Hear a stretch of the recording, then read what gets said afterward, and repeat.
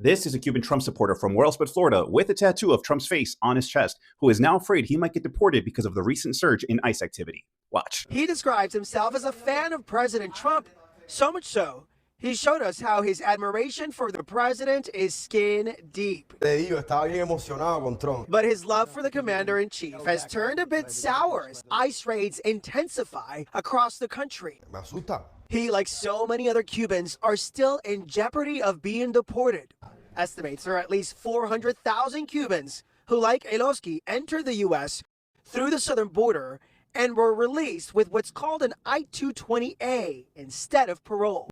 I wish we knew the answer to that. It's a problem because the government does not accept that as a legal entry. So Cubans with I-220As cannot apply to the Cuban Adjustment Act?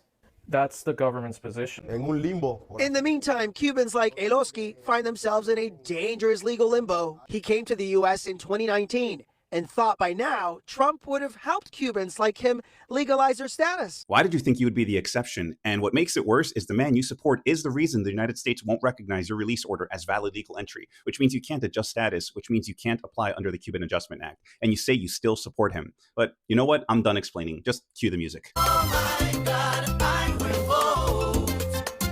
I will vote for Donald Trump. Hey guys, welcome back again to my YouTube channel. It's so good to have you. Thank you so much for clicking when you saw this video. So in today's video, Cubans showed up in large numbers to vote for Trump in places like Florida, especially Miami. Their support was loud, proud, and very visible. Many Cuban Americans believe Trump was their guy. They saw him as tough on communism, tough on Cuba's government, and tough on immigrants. They believe, were cutting the line for a lot of them. Voting for Trump felt personal, like they were protecting their status and their future in America. Now fast forward and reality has hit hard. So guys, let's jump right into today's video. Please consider subscribing. Don't forget to give the video a thumbs up as well and drop your own take in the comment section as we watch together. Let's go watch, then I'll come back with more commentary. Cubans in Florida are being deported in record numbers. Cubans have had a long-standing special relationship with the United States of America and have had special immigration privileges for decades now. Cubans were among some of the Latino population who supported and voted for Donald Trump at the highest numbers, lest we forget the Donald Trump song that they came up with. Vote for Donald Trump, I love my freedom. I will vote for Donald Trump. While Cubans held those privileges for decades, Donald Trump has changed that. According to an article by the New York Times, has repatriated more than 1,600 Cubans in 2025, according to the Cuban government. That is about double the number of Cubans who were repatriated in 2024, and in the years that Trump has been president. He has sent more Cubans back than his last three predecessors. Polls, however, suggest that many Cubans who support Trump still do support Trump, but they're confused as to why they thought they would be immune to ICE raids, immune to deportation, and they really thought they were a part of the MAGA family. At the end of the day, this is one big fuck around and found out and I told you so, because you were always Latino in this country. You were never white. You were never MAGA. You were never a part of white supremacy or a part of the white national identity, my love. Now, beloved, look at you. You and Abuelita are getting separated, going to the panaderia to buy Cuban bread. And that's on you. That is not on anyone else, because you voted for this. And this is not me gloating, because no one should be getting separated from their families. No one should be deported.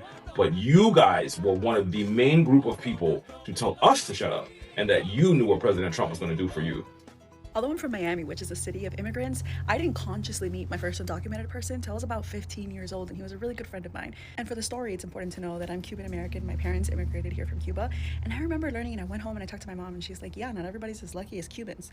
And I remember learning all about like pathways to citizenship and how some Cubans, mostly everybody until like a year or two ago, just had really clear pathways to citizenship that were relatively easy compared to folks coming from other countries. And I remember being 15 years old and being like, that is so unfair. And ever since then, I've used it as such a marker, the way Cubans and Cuban Americans treat immigrants from other countries, because to be someone who comes from a place that has such a clear path and to learn that other places don't, how could you not be like that? All this to say is that if you're older than 15 years old, Cuban or Cuban American and anti-immigrant, you're a piece of shit. Trump just ordered the deportation of 500,000 Cuban, Venezuelan, and Haitian immigrants that came here the right way. And my question for my fellow Cubans is, are y'all still feeling special? My entire childhood was spent being fed the narrative that our family came here the right way, and that everybody else that's complaining about being deported, well, they just need to go back to where they came from, start the process over legally. I don't want to ever hear another Cuban American say some shit like that ever again. I'm going to laugh in your face. Maybe you all will finally realize that no matter how much you try to blend into white Western European culture, no matter how much you try to pretend that you don't eat ham croquettes for breakfast and that you've never had ajiaco for dinner in your entire life, the problem is that Donald Trump is never going to see you as human. It's always been about racism. Here's the part that we like to talk about in our homes when no one else is listening, but I'm going to go ahead and say the quiet part out loud. You all think that you are better than every other type of Latino American. Conservative Cuban Americans, MAGA Cuban Americans, think that you are better than every other flavor of Latino American. And now we have proof. You are no different.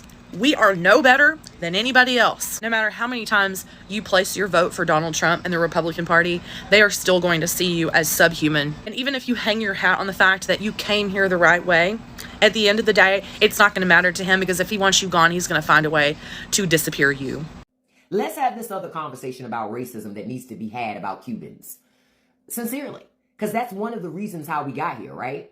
They were not going to vote for Kamala Harris because she's black. And she's a woman. Okay. And so what you saw was the attempt to be white adjacent. The thing is, in America, being white adjacent isn't safe for you when you're not white. It just isn't safe for you. They don't take blends, except for the European blend. And if you're not the European blend, they'll let you, ride with them and push the agenda, because they know who you are. You don't know who you are. And when you're done helping them push other people out and push other people away, well, you're next. Because you're not one of them. And there needs to be a deeper discussion that's had within the Cuban community, the Hispanic community, about racism and prejudice amongst Hispanics. Because they got their own drama and stuff up in here. It have nothing to do with anybody else, right? They got their own shit. Certain people think they're better than other people. My status is better than your status. It's all a lot of mess that goes on there. But I sit here and I wonder and I go, how's that white adjacent working out for you now? See, one thing that black people understand about America is being white adjacent ain't safe, right? That's not safe. Not if they don't want you there. And Cuban Americans, y'all are learning something too. Stop falling for the okie doke, folks. And it's time to look in the mirror and take a look at the things and the prejudices and the thoughts and the biases that you have. And it's time to have some different conversations. MAGA Cubans happen to be the most miserable people on this planet. So I want you to recall this memory that happened in Miami not even a year ago. Remember that billboard that was talking ill about Donald Trump? Remember how the Cuban people lost their everlasting minds? I remember because I got a great payout from doing that video of Cubans losing their minds. Now, these MAGA Cubans were so upset about this anti-Trump billboard that they threatened to shut down the Palmetto. They were on every news station. They contacted their representatives, and eventually the billboard came down. Do you see any of that action occurring down in Miami right now when they see their people being taken away? Of course not. Do you hear any new jingles from the Cuban community talking about the immigration issue? Nope. They are still beholden to Bobby Trump. This is why they're miserable creatures. And I hate that, because we know that some of the Democratic and independent Cubans voted for Kamala. And they get penalized because the Cuban people as a whole voted for Donald Trump. And you guys are despicable. And you're not doing anything. You're not doing anything. Mexicans are over there in California fighting for their people. And you guys are doing nothing, as expected. I wish there was a way that you could turn all of this around. You guys are the worst. The worst. Cubans are now being deported in record numbers, and many people are shocked, and confused. Families are being separated. People who have lived in the US for years are suddenly facing deportation orders. Some are being detained. Others are being told their legal status no longer protects them. And the same policies they cheered for are now knocking on their own doors. For decades, Cubans had special treatment under US immigration policy. If you were Cuba and, of course, made it to American soil, chances were high you could stay. Many Cubans grew up believing they were different from other immigrants. They were told they were, welcomed, protected and special. That belief created a mindset that said the rules are for other immigrants, not us. A mindset that made many Cuban voters, support strict immigration laws because they thought Those laws would only hurt Haitians, Central Americans, and Mexicans, black and brown immigrants at the border.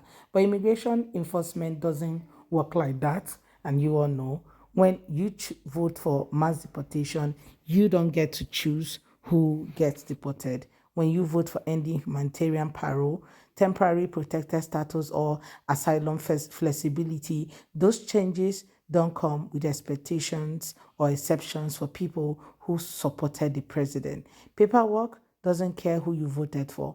ICE doesn't ask who you supported at the ballot box. A lot of Cubans are now finding this out the hard way. People who overstayed visas, people waiting on paperwork, people who thought they were safe because they had lived, quietly for years and are learning the hard way. The system has teeth, and those teeth bite everyone.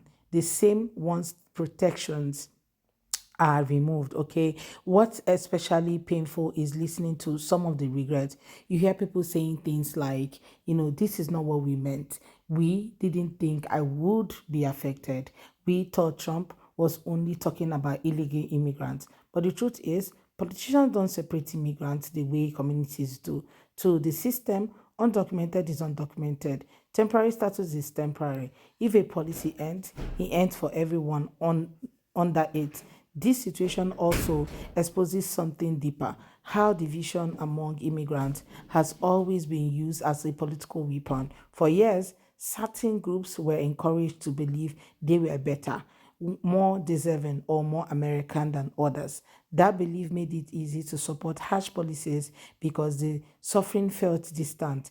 It felt like someone else's problem. But now, until it wasn't. Black Americans, Haitians, and other immigrant groups have been warning about this for years. They said, if you cheer when it happens to us, don't be surprised when it comes for you. Now, those warnings feel less like opinions and more like facts, because right now it is happening. Some Cuban Americans are now saying they feel betrayed, but others are pointing out that the policies were never hidden. Trump was very clear about wanting tougher immigration enforcement. He promised mass deportation. He talked openly about rolling back protection. None of this was a secret.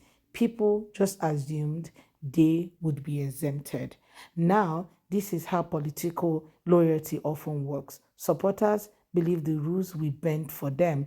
They believe proximity to power equals protection, but power doesn't work on loyalty alone. It works on policy, and policy is code.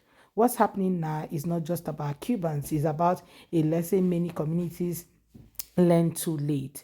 And when you vote against empathy, you eventually lose it yourself. When you support systems that punish people, those systems don't stop once they have punished the people you dislike. At the end, you know who will suffer at the end, right? Now, the question is whether people will learn from it or repeat it again. Let me know what your thoughts are in the comments. See you all on my next. Credit to all creators on this video. Thank you for watching, guys. See you next time. Bye.